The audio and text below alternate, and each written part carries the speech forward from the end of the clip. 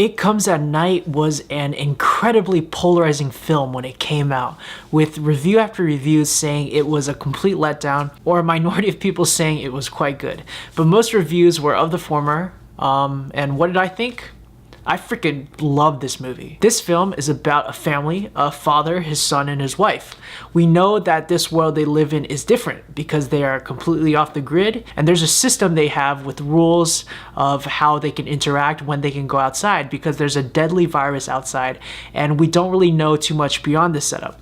It's about this family's survival in this world, and what the director said in an interview, which I think sums it up very well. In horror movies, the horror is never really about the monsters. It's about how the people react. And that's so true. This film is definitely about the people. The morality of how to get by, what's okay and what's not okay in a world where you can't trust anyone, not even your own family, because literally anyone could be infected or become infected. Now, if this kind of sounds like The Walking Dead or any zombie film, that's exactly what it felt like watching it. This was like Walking Dead, but this was the best episode of The Walking Dead, with gorgeous movie type of cinematography and a more patient pacing. I'm not going to say much more about the plot. I don't want to spoil it. I will say though that what really stood out to me, and a lot of things were very well done, but what really stood out to me were the choices the characters make. I thought they were all very, very smart.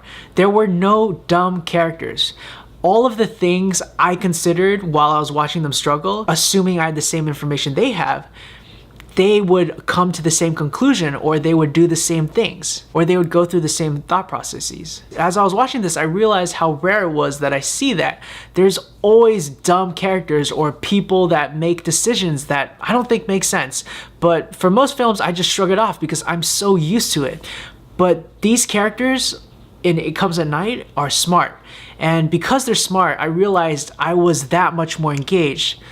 Nothing gimmicky really happens in this horror movie.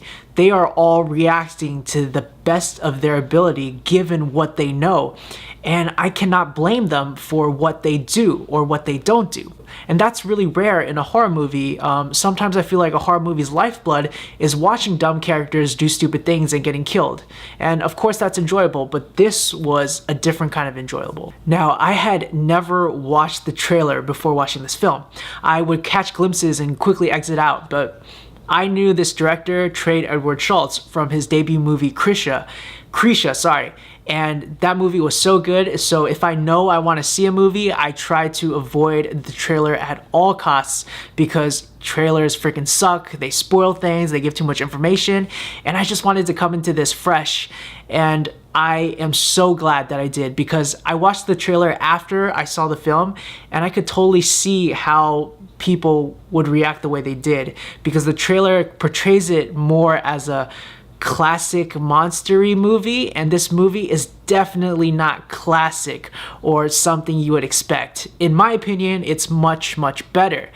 This movie at its heart is a drama movie about a family living in an intensely tough situation. It has horror elements, but it's not meant to scare you in the classical horror sense. It's a movie that gets under your skin when you're laying in bed at night, not thinking about monsters, but just wondering, what would I do in that situation? How could I make the right choices when there are none? Negatives are, this is not your typical horror movie, but obviously that's not a negative in my book. This is something special and much better. But if you want a classic horror type experience, this might not be your movie if you're in that mood. In my opinion, this is far scarier. Things also aren't explained, and that's something that might bother some viewers. But to me, that's one of the best types of horror. You know, like The Shining, like a lot of Kubrick stuff. Things are not over-explained, and it just leaves you to your imagination and whatever you come up with. Trey Edward-Shultz, the director and writer of this movie, is such an amazing talent. This is an amazing second film. I give It Comes at Night an A. I can't wait to see what he comes up with next. Thank you all so much for watching. What trailers have ruined films for you? If you enjoyed this, please consider liking and subscribing, and I'll see you all next time.